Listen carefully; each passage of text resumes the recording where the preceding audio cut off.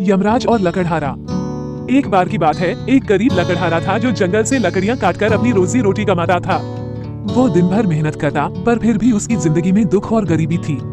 एक दिन वो गहरे जंगल में लकड़ी काटते हुए सोचने लगा, मेरी जिंदगी में इतना दुख क्यों है? मेहनत करने के बावजूद भी मैं गरीब ही क्यों हूँ? थककर वो एक पेड़ के नीचे बैठ गया और अनायास ही उसकी जुबान से निकल गया, हे यमराज, अगर आप मुझे उठा ले जाते तो शायद मेरी परेशानियां खत्म हो जाती। यमराज, जो जीवन और मृत्यु के देवता थे, उसकी पुकार सुनकर अचानक उसके सामने प्रकट हो गए।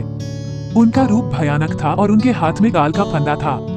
लकड़हारा उन्हें देखकर डर गया, क्योंकि उसने यमराज को सिर्फ कहानियों में सुना था। यमराज ने गंभीर स्वर में कहा, तुमने मुझे बुलाया है, क्या तुम मरना चाहते हो? लकड़हारा अब अपनी बात पर पछताने लगा और सोचने लगा कि उसने ऐसा क्यों कहा। उसकी आंखों के सामने उसकी पत्नी और बच्चे आ गए, जो उसकी राह देख रहे थे। उसने तुरंत अपनी चालाकी से यमराज को जवाब दिया, हे यमराज, मैंने आपको इसलिए बुलाया था ताकि आप मेरी मदद कर सकें। मेरा कुल्हाड़ा बहुत भारी है, क्या आप मुझे इसे उठाने में मदद कर सकते हैं? यमराज उसकी बात सुनकर मुस्कुराए और बोले, तुम्हारा समय अभी नहीं आया है, लेकिन मैंने तुम्हारी बुद्धिमानी देखी है।